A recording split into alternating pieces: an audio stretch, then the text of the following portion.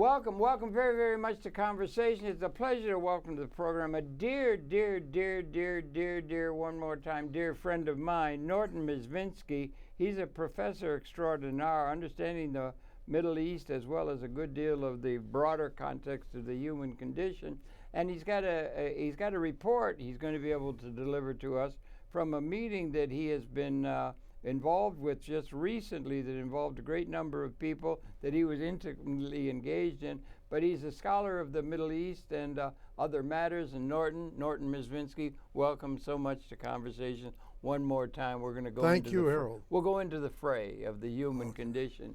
And share with us, Norton, we've done a number of programs with you, but you've shared with me on the telephone and so forth that you had just come back to New York from a very important meeting. Maybe that's a place for us to talk about that meeting and then some of the issues about are involved in the Israeli area or the Middle Eastern area of the world. I came back from a week-long conference.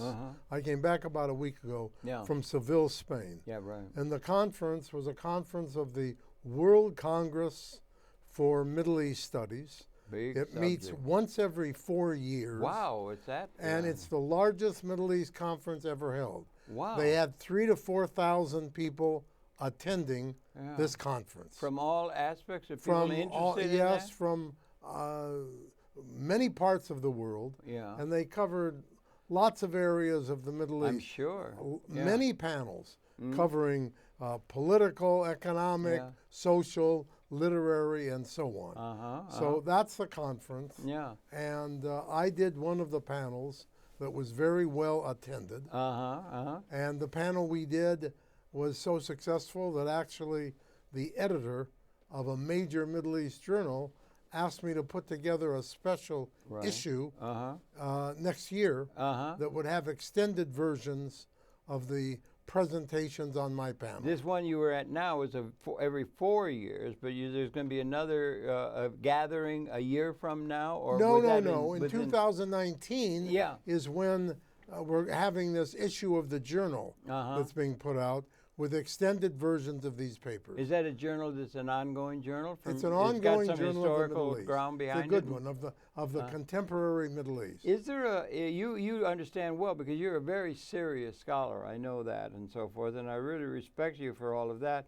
But the cover, the let's just say the overall coverage, not let's stay away from multimedia for a minute, but literary coverage in that, it must be a great deal of academic and intellectual coverage of that area because that area is so crucial to the whole wide world. It's very so maybe you could share with us how the coverage of people understanding that part of the world, politically, economically, socially, and all that sort of thing. All right, well, let me start. Let me tell you, since I mentioned my panel. Yeah. The title of the panel was Why a Jewish State in the Middle East, ? Challenges and Objections. Okay. So the topic was controversial. Yeah. The speakers were very, very good. And we covered a good deal of the topic of the State of Israel, what it is, what it has been, what it's doing, and mainly the relationship between the Israeli, the country, and the Palestinians. That's sort of a very big tent under which you could put a lot and so forth. Well, because, we did. That is. Did you have a paper? Were there papers I did. presented? What How I did did, it work? what I did, I had Academically, 3 panelists. Yeah. And I started out with the introduction, and I can tell you briefly what I did. Please. I started out with the Declaration of Independence of the State of Israel in 1948, when it became a state. Yeah. And the first part of it was it declared a Jewish state, and it also said that it would be a state that would guarantee equal rights for all of the citizens, whether they were Jewish or Palestinian or others. So I took that, and I took that exact statement, and then what I did is I jumped to the present. I jumped to 2018, and I cited 2 things. I cited in early June 3 of the Palestinian members of the Knesset or the parliament they proposed a bill, and that bill said the same thing, that all of the citizens, that meant Jewish and Palestinian citizens, at the time should, in 2018, should be guaranteed equal rights. It also said it should be a home for Jews, but a home for others as well. That bill, however, wasn't even allowed to get to the floor of the Knesset to be voted upon. And then, just last week, about a month after that bill was turned down, the Knesset, the parliament, did pass a bill that declared again Israel was the Jewish state, and it said it was a state where only the Jews could have self-determination, and it underlined the fact that the Palestinians who are citizens, let alone the many others who are not even allowed to be citizens, those Palestinians do not have and have not had all of the rights and privileges under the law that the Jewish citizens I wonder if we could take as a theme or something. That's interesting, because when you said the Declaration of Independence, immediately it struck my mind was, Tom Jefferson. He did some good writing at the time of the establishment of the United States of America. And, a lot of the other people, the founding fathers of the United States of America, had a Declaration of Independence, and they set up a system, and they had a lot of lofty ideas and so forth. What would be the comparison? Let's say, how have the a comparative thing might be, maybe not, but you had a great deal of a number of indigenous people, and you had a whole lot of people of black skin that were what they called slaves, out-and-out slaves at that time.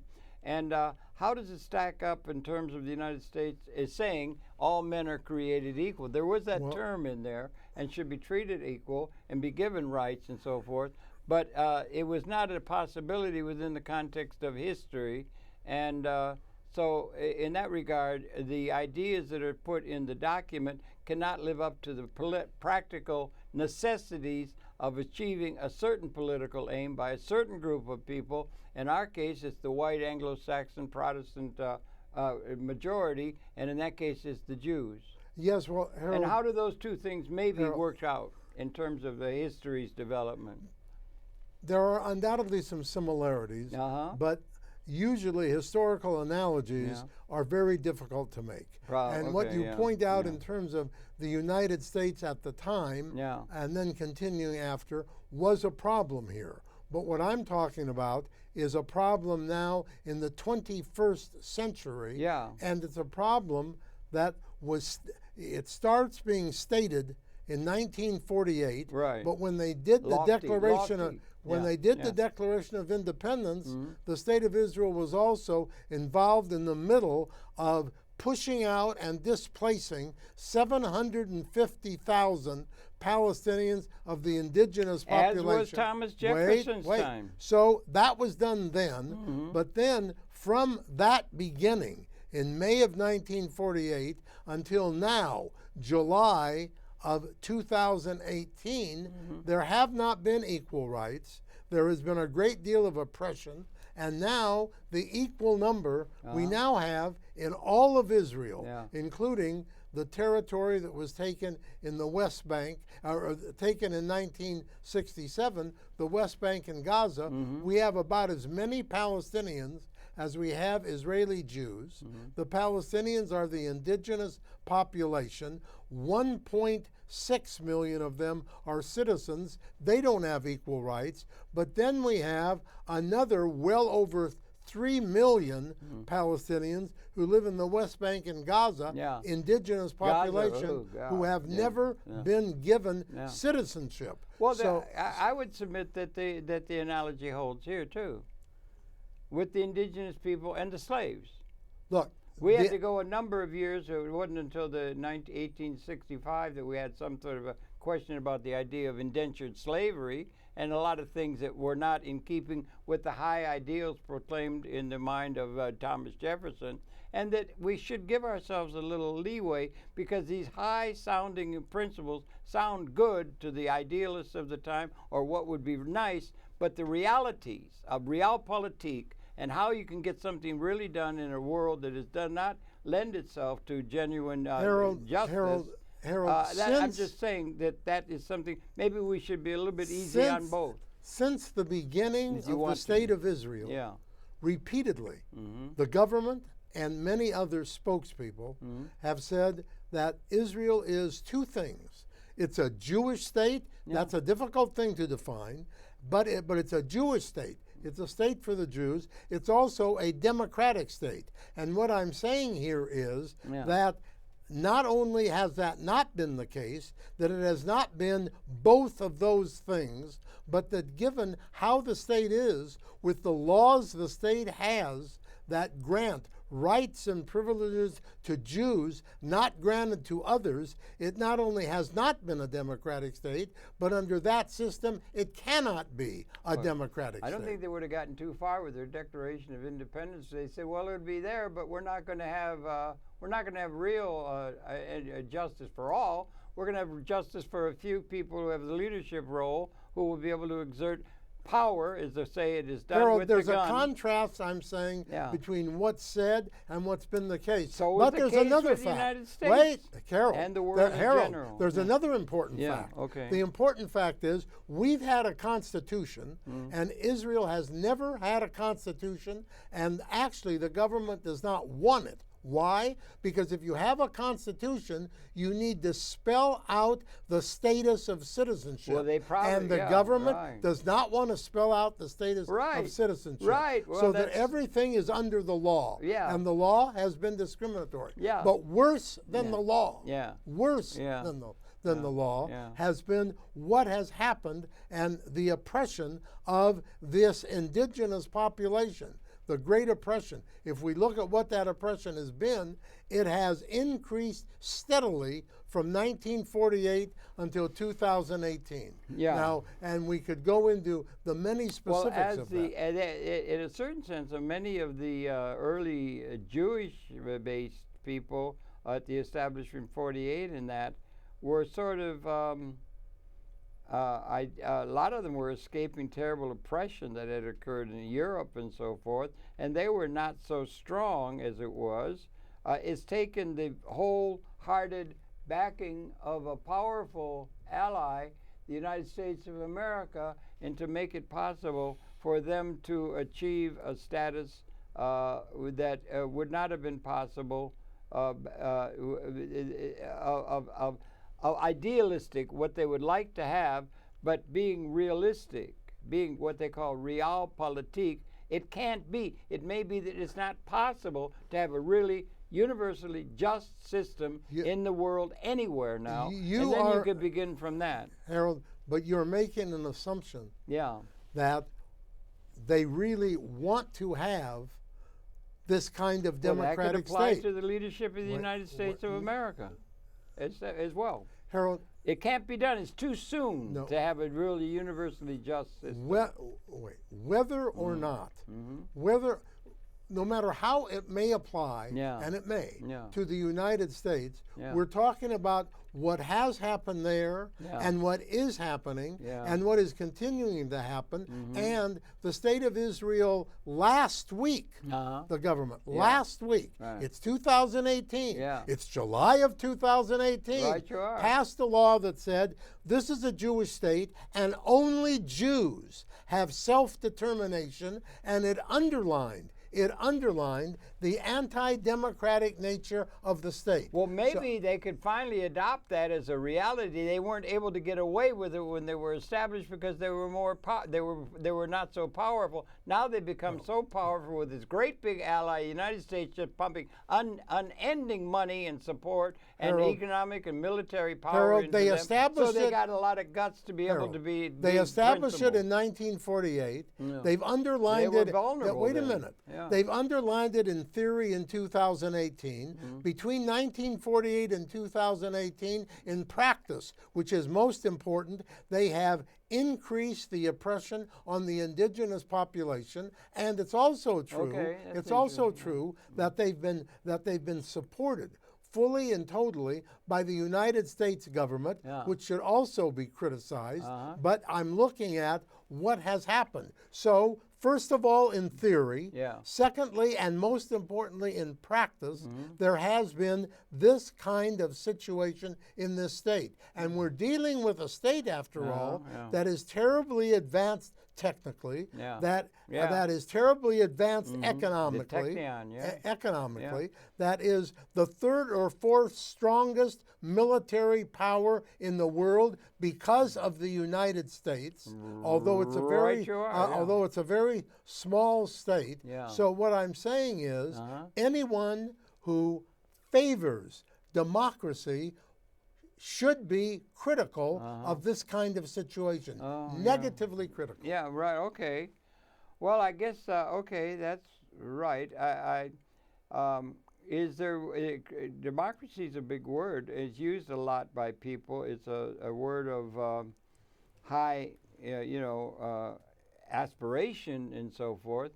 But I don't know, is there anywhere where you have real democracy without there being class distinctions and class consciousness and class fighting and ethnic fighting that is going on everywhere in the world now within each of the political entities that exist? Harold, we're not at a time where you can have idealism yet. But I would say to you that's beside the point. Okay. And the reason it's beside the point, maybe there's no pure democracy, but one thing is clear. If a country has law, no constitution, so that the laws are the public policy, or they're being and honest. And the laws clearly give rights and privileges to one group of people, not given to another group of people, that's clearly anti-democratic from any perspective. And then, if indeed the practice has been that there's been continuous and worsening oppression of the indigenous population, that's anti-democratic from any perspective. So even though you may be right, and you probably are, there may be no full and total democratic system in the world. There are certainly different levels. There are certainly different levels, and there's no question that this is at the worst of the levels. Well, okay, I guess there's probably other examples where you could, again, I come back to having read some. You're a political scientist, I guess, or you're a historian, but you study it that way. But I think of a Karl Haushofer and some of the people who have been realists, not idealists in terms of political theory and so forth, and it is that legitimacy comes out of the end of a gun. Everybody recognizes that. Well, hopefully... Realpolitik is not some sort of a dream thing where everybody can be, having a universally just order. We may be moving toward that, and the ability to actually realize that is becoming more and more possible to humanity, but we're not there, and we never have been.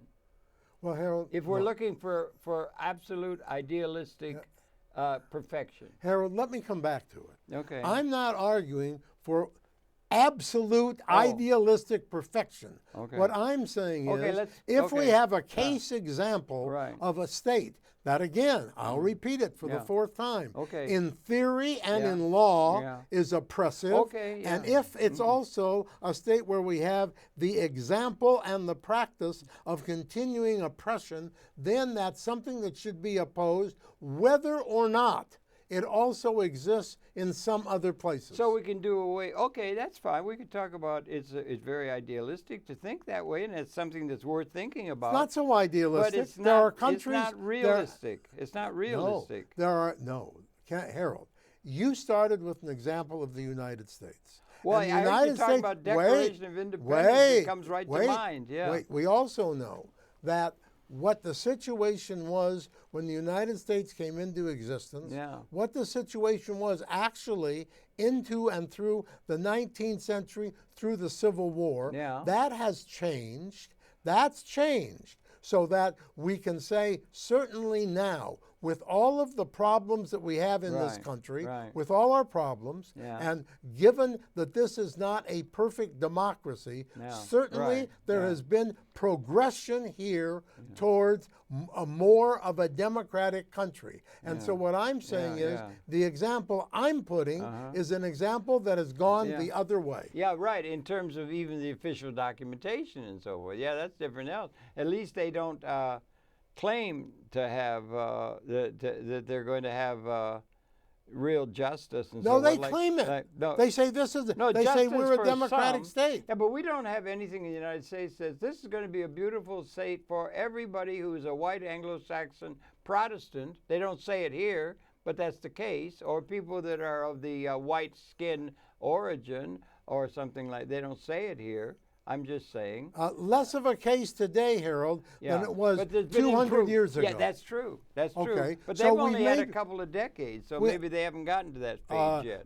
Harold, it's not that they haven't gotten to that Or phase. is there anything? It's that in the it's in the last 70 years things have gotten continually and progressively worse. Well, I wonder. Okay, yeah, right. Okay, that's the case. And what's to be made of that, and what's to be done with that kind of a situation, and what's going on in Gaza is just heart-rending. Terrible. Absolutely horrible.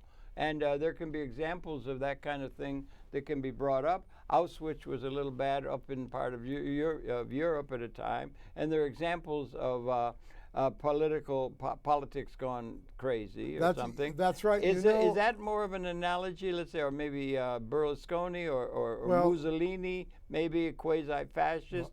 In the case of Israel, if they're proclaiming it that way and making it that way, is that an analogy that might work better than my trying to compare it with the United States? Well, let's look at that in this way. There's no question that the Holocaust happened and Jews were terribly persecuted. Yeah. The Holocaust occurred in Europe, and it wouldn't even matter. So that's not the Middle East. But also, it wouldn't matter actually where it happened. But I hope that we're not going to get into an argument where people can say, you know, we were terribly oppressed, and that's an excuse for us to be oppressors. That's no excuse. That people were oppressed shouldn't mean that they then should be or have a right to turn around and become in another place oppressors themselves. Well, that's true in terms of all the ethics and things that make some good sense and reason and all those kind of lovely things that are part of the political equation that we try to have and so forth. But if you're going to be honest, that's the history of the world. No, not necessarily. Well, Harold. I guess there's some examples, and there is some progress being made. Yeah. We have examples of lots of things on all sides that have happened, but that's not necessarily the example of the world. And there's not a principle that's been established that if you are oppressed, you have the right to turn around and oppress others. Right. Especially even if to you turn do around, it, to turn around and oppress others who are not the ones who oppressed you in the first place. Yeah, right. So what's to be done with the situation you see it and your colleagues and at the conference in the case of the situation in the Middle East, particularly revolving around the country of Israel and the people in the immediate areas around them, including a good deal of the whole Muslim community? All right, well, let's start with Israel first. Yeah. There are two major approaches to what might be possible resolution of the conflict Israel and Palestine. One is the one that's been touted the most, and that's for a two-state solution. That is that in some areas of what is now Israel, West Bank and Gaza, or parts of the West Bank and Gaza, there should be a Palestinian independent state and an Israeli Jewish state. Is that something Mr. Arafat would have talked about? He did. Yeah, but it didn't get him far. Not only he talked about it, others did. Yeah, right. But the problem is that's now a dead letter. And that's a dead letter. It's a dead letter for a couple very good reasons. One is, if we take the area of the West Bank, from 1967, when Israel took the West Bank, the Israeli government has confiscated more and more of the land of the Palestinians. So the Palestinians now have even far less land for any kind of state than they ever had before. No claim to Louisiana Purchase, no claim to the... No, they confiscated the land. The expansion of the United States over a decade. And they not only that, but they've settled almost 600,000 Jews in settlements on that land, and they've built their settlements. So they aren't going to give those up. They aren't going to give those up. Gaza is separated anyway from the West Bank, and the Israeli government has made Gaza into a prison area. Right, yeah, I know, prison. and it's horrible. A horrible prison. What's the guy that's doing such a good job? There's an American who's doing it. What's his name again? The guy who's talking about the situation in Gaza so well. So there's an American colleague, the American guy that you did on the telephone. Well, there have been a lot. Norman Finkelstein. Yes, Norman Finkelstein. His latest book on Gaza is the best book that there is. Right. Yeah. All right, but now, so the two-state solution is not feasible. Now, Israel has been since 48. It has been since 67 when Israel took more land and expanded. It's been one state. It is one state. It's just in terms of what I've been talking about, it's not a very good state in that sense. So what I'm saying is the solution that seems to me to be the solution that should be worked for, but it's going to take quite a long time to work on it, but there are ways to do it. You try to take what is. It is one state. You keep it one state, but you try to work towards a more democratic state than it presently is. Overall, that's for what, the whole thing. That's right. That's right. Well, now that means you're going to have to emphasize violations of human rights on both sides, and you're going to try to do something about that. Is there any forces that are trying to do that in Israel? Yes, and can we talk some about that? Yes, there are. But let me tell you what I consider to be one of the biggest problems. Besides what the Israeli government has done, if you look at the if you look at the schools that the Palestinians have, and even though they've been oppressed, their schools are very good in many ways. Really? And if you look at the Israeli schools, I'm talking the secular ones, the religious ones, they're even worse. But if you look at the schools with both of those people that are now in about equal number in the whole of what is Israel, and you ask the question, what is the view of the other that is taught in each of these schools, from primary schools, from kindergarten through high school, let alone the universities? And the image of the other is bad. As long as the image of the other remains very bad. Both ways, you mean? Both ways. Okay. The image of Jews in the Palestinian schools is bad. The image of Palestinians or Arabs in the Jewish schools is bad. As long as that remains, and we have a lot of studies of this on both sides. As long as and other comparative studies for other parts of the world. Yes. As long as that remains, the case, and as long as then children from age 5 or 6 through age 18 are taught, and the image, and that's the image that's taught, let alone what's taught afterwards, well, it's going to be very hard. It's going to be almost impossible to change the situation into a better one state. So you have to start to work, as some people have started to say and to do on the educational system. Oh, that's really good. But it is also a charge, not only of Israel or of that immediate area of the world, that's the charge of the whole human scenario. That charge is justice, expanding justice, and you cannot have justice in a material sense until you have the ability to, for material reasons, able to meet the needs, the just and adequate and understandable needs of the population that have not been historically available to anybody because we were so underdeveloped as a species.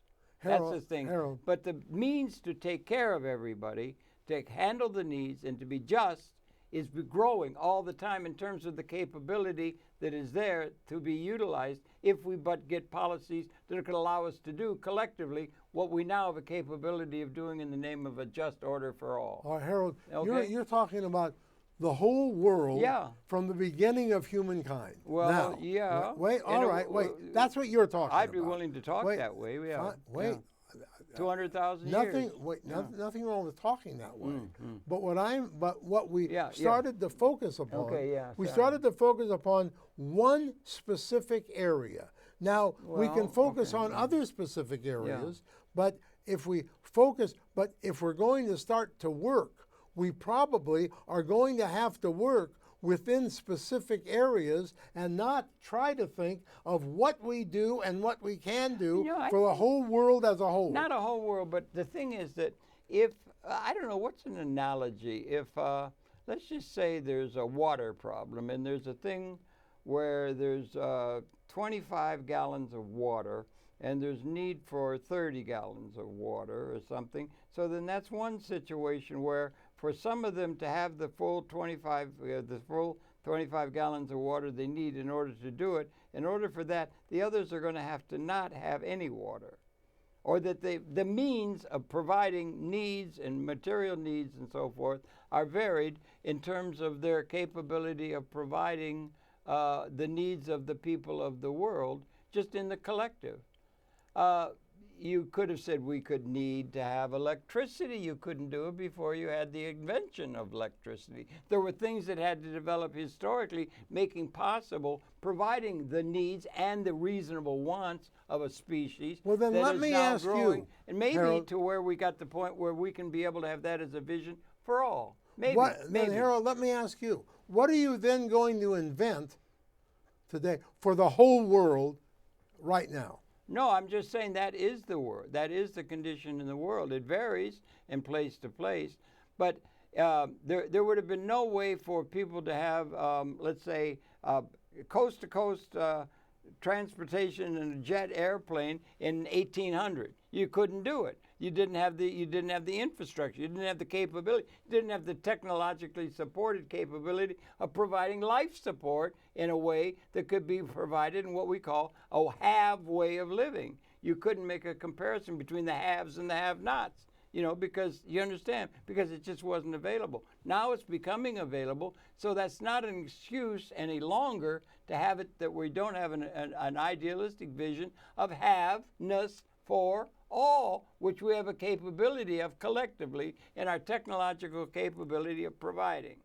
And that's the modern state, and the world is large. Yes, but Harold, I mean, that's a picture that is part of the reality. But for some group to have something, somebody else has to lose. It's called zero sum. And that's been the history of the world, has it not? Zero sum. For one to win, others have to lose. That's the way it's been. So maybe it is with Israel? No. Okay. First of all, I don't fully understand, nor do I necessarily agree with what you just called zero sum. I'm not sure. Oh, okay. But put that aside. You know the concept. But, wait, you know but the put concept. that aside. Yeah, right. Put that aside. Yeah. Put that aside. Okay, fine. We have, as you pointed out, lots of problem areas in this world, and we probably have to begin to look. We have to look at these problem areas and try to decide today, if we want to better the areas, what to do in those areas with those circumstances. Yeah. That is, they are different. Yeah. The circumstances, right. the circumstances in Israel-Palestine are not the same as the circumstances in some other places. Or okay. South Africa and Ecuador if so, or so we started looking at Israel-Palestine. Okay, And so I'm saying that if we look at Israel-Palestine, then I'm saying we need to be concerned with violations of human rights. We need to argue that we should be opposed to those violations on both sides. Well, we need to build up that kind of view if we can. We need to do something about the educational system. And then we want to move towards making the one state that exists and that has existed for 70 years, and then again since 67 in an expanded way of making that one state a better state than it presently is. Okay, yeah, that's probably true, and that's something we'd look to. Now, you're also right that Israel is in the middle of a very problematic area of the world. Absolutely. Where we have lots of other problems in countries nearby. Yeah, absolutely. They're sort of surrounded. In a sense, maybe even worse problems if we take Syria, for example, and Iraq, and Yemen. And Iran now. Well, but Iran's not. Iran's not quite as bad a problem as Yemen, where thousands and thousands are killed continually. I know. Where Syria, that had before the fighting broke out in March of 2011, a population of 22 million, and 50% of the population are now refugees. They lost their land. They lost their homes. They're refugees in the country and well outside the country. Problems for other countries. And there have been, we don't even know the total number. Is that the reason? But probably, there have also been 600,000 plus people killed in Syria of a population of 22 million. Couldn't agree with so you I'm more. saying, Absolutely. and if we take Iraq, well, we've had a similar situation that developed in Iraq. So we have countries around in the area them. that are also terrible. And to come to another point you raised, unfortunately, the United States has been partially responsible, but only partially, for some of the problems that have occurred in all of these places. Well, they're the leader of the world in a very real sense. Yeah, right. Well, we've got the policies and the actions of the United States have also been detrimental. As have earlier the policies of the British and the French in even dividing the Middle East as they divided it in the 1930s. Well, it's been traded off all through history. I'm a white Anglo-Saxon Protestant male. I haven't got a chance to be, because they were the ones who were controlling the world, earlier, and they were the ones that were the established order before the other people. These upstarts over the United States came, and they were really angry when we won the Civil War, the Revolutionary War here. They bombed. They came and bombed Washington in anger for having overthrown their system based upon the legitimacy of the crowned heads of Europe that had held for 1,000 years after Rome, trying to make some sort of a big change. So, so it's been universal. The thing that's growing is there's a greater percentage of the world population can be seen to be, in terms of the collective capability, and it'll vary country to country. Okay. You can take a measurement of what does it mean to be, let's just say, reasonable, and then even into expanded, what they call a have. What does it take? It takes, I don't know, as you can have haves if you don't have reasonable drinking water for everyone. There's certain standards that have to be there to be what you call a have. The ability for the collective the collective ability of the Homo sapien process in relationship to the other creatures and the environment and everything, to make available ways that could be called a have to a greater, higher percentage of the population grow with the times. History is a nightmare of injustice. I think we have to get used to that. It's not a beautiful, happy time back there. It was really tough and go for most everybody. It's gotten better. There's an ability, for a collective ability, to make more and more of the population be, in reasonable terms, a have on a world scale that's growing. Well, maybe. But we don't. We have to have systems that let us do that, but we don't. We've got systems based upon zero sum. For some would win, others have to lose. And that's been the history of the world, at least in political terms, of realpolitik. Which still hold, does it not? Harold, that's a theory. Well, and that theory is not the only theory that exists. And it's hard also to come up with evidence for various parts of what you've said. The other thing is, when we talk about history, we're taught we may not be terribly clear about what we're talking about. That maybe is. There's a lot of it. 200,000 years of our history on planet Earth, There's a lot of it, and there are many, many, many, as you know, different views of what it has been. And we also, you're right on that. And with the various views, we also have different people giving us different kinds of alleged evidence, and with the evidence that people will accept as maybe people Much will less accept how, this as evidence. You're we right, then have very many different interpretations of how what that evidence or is, how do we get to the of future. what that evidence is. So that means that we may not really know, if we talk about history, we may not really know so much about what we're talking about, which reminds me of this phrase that's often put. History, with feeling. History teaches us. That to me is a ridiculous phrase, because if we really aren't sure about what the history is, then how can we ever say that we really have been taught anything? Well, I'm not sure who it was. Was it James Joyce? Let me say, history is a nightmare of injustice or of poverty for the vast majority of the human population. One reason it may be a nightmare is we may not really know what we think we know about what really has happened in the past. Now, there's a statement that we could all sign on to. We really might not know well, then what if we think don't we know, Now, then if we don't know, then it's very hard to theorize about what we need to do to make what we don't know better. If we don't know, we don't know. Well, there's variations, aren't there? Some people are what they call socialists. There's people who are what they call left-wing. That's my point. There's people who make a right-wing. Who have different views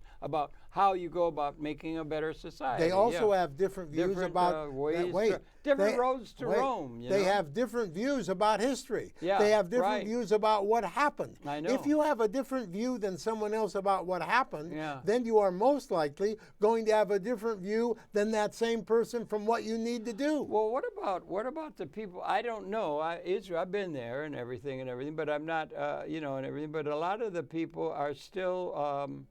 We'll bring up the fact of what happened up in Germany to the Jewish people in what was one of the most horrendous Holocausts ever delivered down. 6 million killed. Yeah, with absolute off. You know what I'm. So they've got that. That's something they're and they were in reaction to that. And a lot of the thinking is we got to have some place where we can never, they will say it seems to me many, never will we go into the mouth of open oppression against us because we're Jews. Yes, that's a theory, but So they got to be strong. No. And then if you're strong, they will leave you alone. Yes. You know what I mean? Listen, Harold, and that reminds me of this. Listen. Okay. One of the arguments, as you know, for the creation of the state of Israel was that we need safe haven. Yes. We need to have a safe haven for Jews, and that's why we have to keep that state a state controlled by the Jews. Yeah. And so they powerful. created. And strong. Let me finish. Yeah. We created the safe haven. Yeah. Every year here in the United States, to give one example, when there are drives to collect money and support for the state of Israel, what's the major argument used? The major argument is, we need to help Israel, support Israel, because the Jews in Israel are living in the most unsafe place in the world for Jews. Now, Harold, if it was created as the safe haven, it can't at the same time be the safe place for Jews and the most unsafe place. What do you think? It's totally illogical. Out on the frontier in the West, when you had a lot of Apache Indians or whatnot, you had safe havens. They were called fortresses. And they had the ability to have a greater force to exert I'm it saying, from there. Here's the fortress. Israel was created, these people argue. This is the argument. It's not mine. Okay.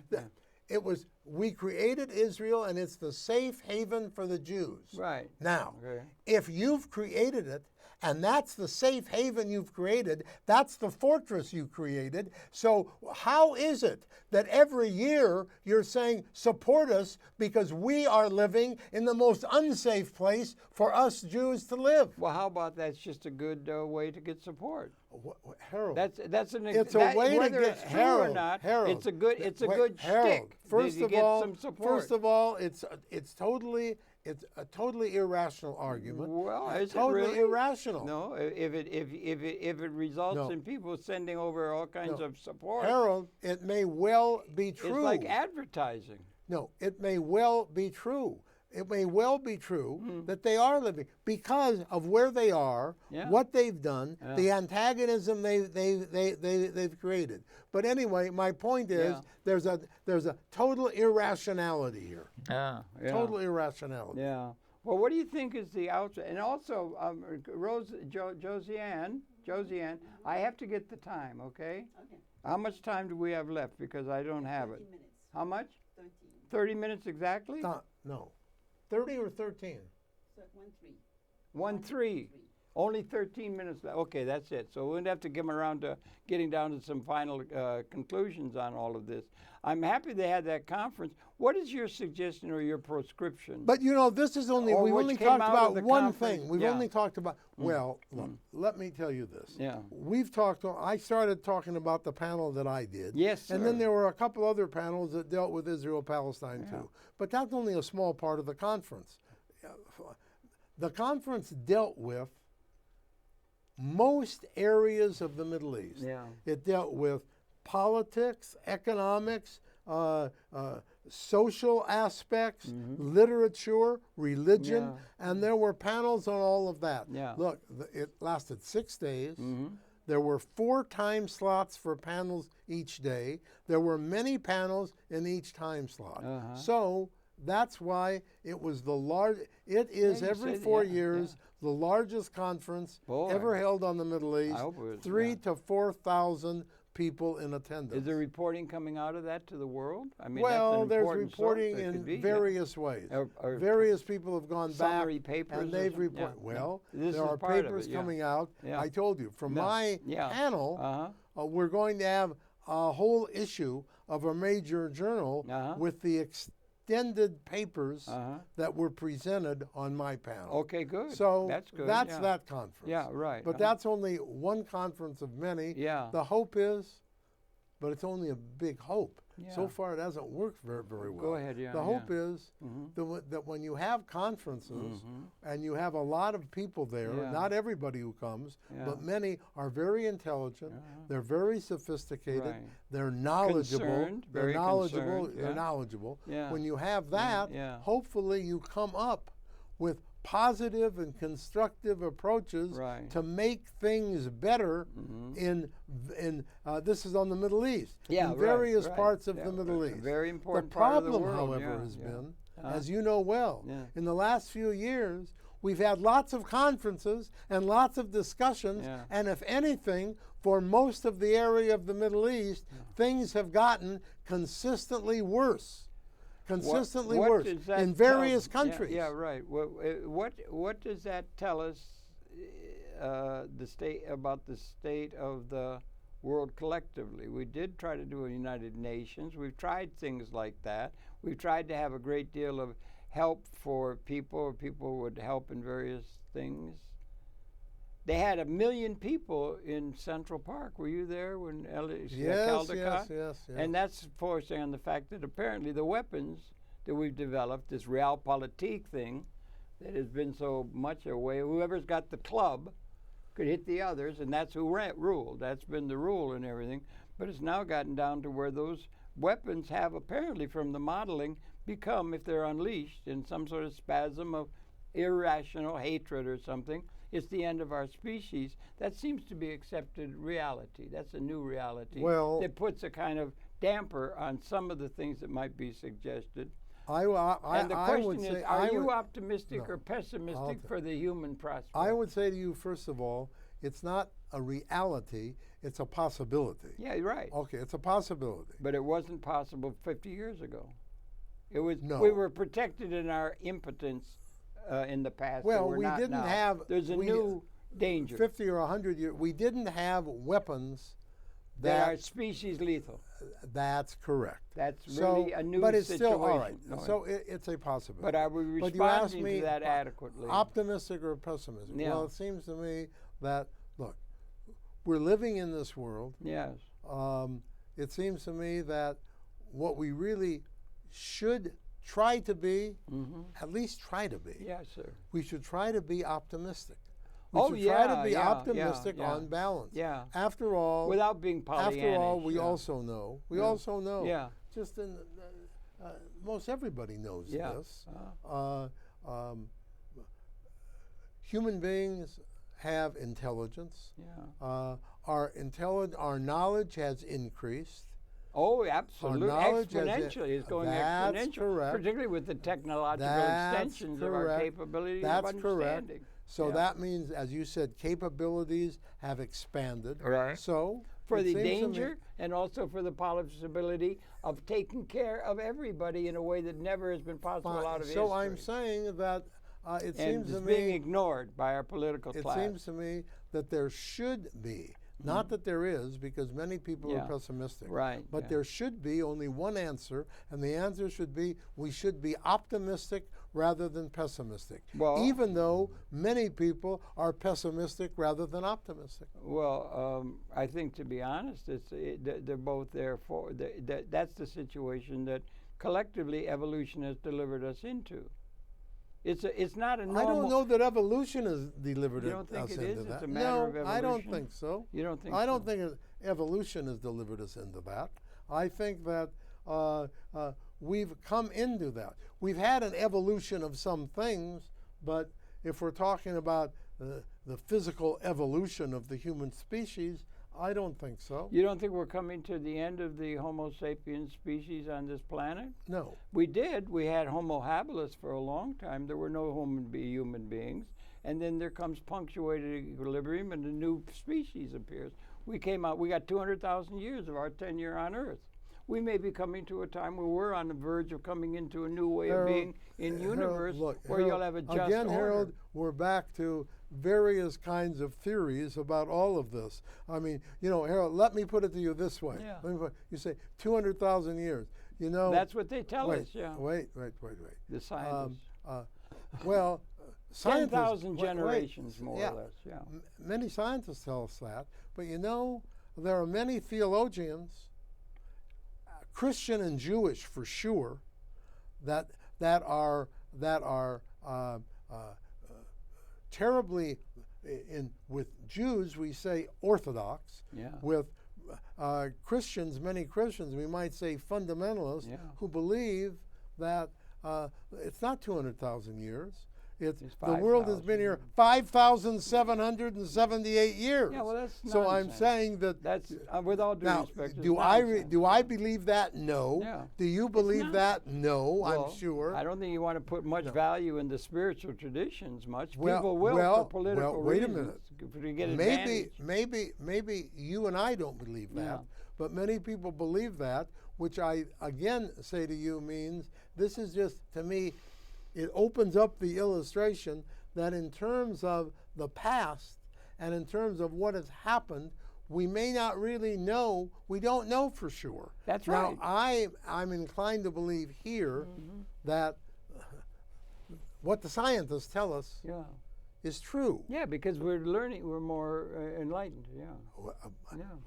We're more enlightened. Yes. But there are plenty of people who believe otherwise. Oh yeah, all the spiritual traditions, more or less, and I guess you can have respect for it and everything, but it's not got anything much to do with the reality that's becoming It doesn't have much available to do. us through It science. doesn't have and much to understanding. do with the reality for you, or for the reality for me. But it has to do. If you ask those people about reality, they will say that is the reality. Yeah, right. And they'll That- say it that's is the part of reality You're right. because that's- what appears to yeah, be, right. what appears to the scientists Oh. can be misleading because God can do anything at all. Yeah, or God, or the people that are in the real right connection with God, which just happens to come out that the way we've connected with God is simply the best way that it can be done, and we are the ones that are advanced spiritually to the rest of the world who are a bunch of pagans. Well, I mean, that's part of the thing where you get this kind of self-centered. Look how thing. far that happens Harold, politically Harold, too. Socialists, communists, look anarchists. how far we've gone in this 1 hour conversation. Well, we've gone all around the moon, I think, and we got out into the Well, maybe space not the and- moon, yeah. but we've gone all around the world. They're talking about how they're going to be able to get people up on the moon in a regular, or they're going to We've go. gotten They're going to people go to up on the Mars. moon. They're going to go out. We've gotten and it. They just no- found water under Mars. I'm hip. Yeah. See, they keep They're expanding. going to it. find out much more. Yeah, that's right. And it's like that's And what maybe there are that's some. the way evolution works. There comes to a point where there is a steady increase of understanding coming out of what had been ignorance.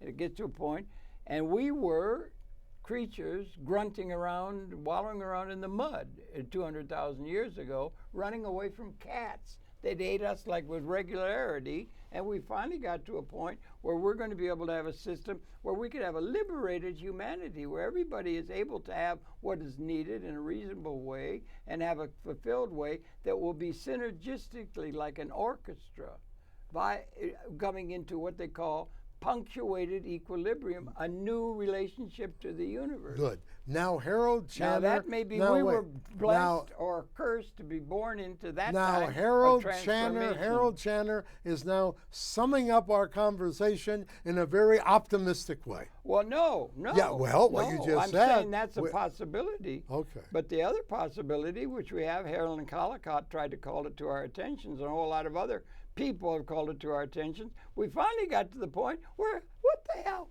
We can kill everybody. Well, we couldn't do that. Hitler was not able to. They could have tried. Now we can kill every single human being and no possibility of any more. We got that fine. We really got to that point. It's a time of qualitative transformation. It's not just another bumbling moment along history's line. It's a real time of qualitative. We can liberate. We can annihilate our species.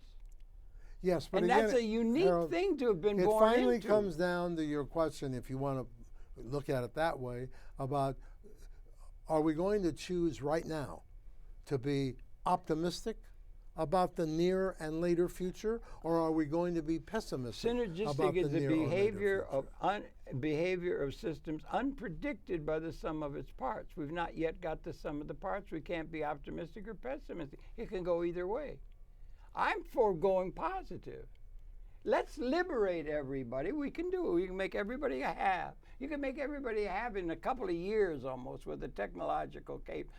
If we weren't having to bring in all kinds of zero-sum notions about how some people are better than others and the rest of it. But we've been born into that time. And it's a challenge that's confronting us. It's the major thing we should be concerned with. I would personally would like to be thinking that that is the situation. And we may be coming to a time of a qualitative transformation, a synergy, a resonancy, something more than the sum of a maximally engaged system. A resonancy that will interaccommodate us, and we will go we will speciate. We'll have a speciation. Like it has been all along from the beginning. What, how long? How many billion years has they got it down? I forget now. It's how long the universe has existed from Big Bang. But you know, we're not. This is not a normal time. That's all. Maybe there has never been a normal time. Maybe. You know, well, that's maybe. a very difficult that's maybe, yeah. term to define. This is normal. Yeah, I know. The people who used to wonder about that in Cro-Magnon caves with the fire, I think, you know. Where did this beastie come from, you know, like that, you know? And there's all kinds of things. But I'll tell you one thing for sure. One of the most interesting things is this is the most interesting possible time to be alive and participant. And I thank you for having to illuminate it so well. And one of the major questions that we have to deal with, and I thank you for that conference. Bring us up to date. I hope there's good publication and word around, because it's a really good way of thinking and a good pattern. And I congratulate you on all your work, sir. Thank you, Harold. Here. I'm very happy to cite you that, and I'm happy for you to have seen Norton Mezvinsky, Ph.D., President of the International Council for Middle East Studies, Washington, D.C., and a magnificent, I can vouch, scholar. And I recognize, thank you very much for that. Thank you. Thank you very much for viewing. Thank you. We'll be coming back in tomorrow. That's it. Thank you very, very much. Thanks for coming in, Norton. Always good to talk to Norton Mezvinsky. Okay.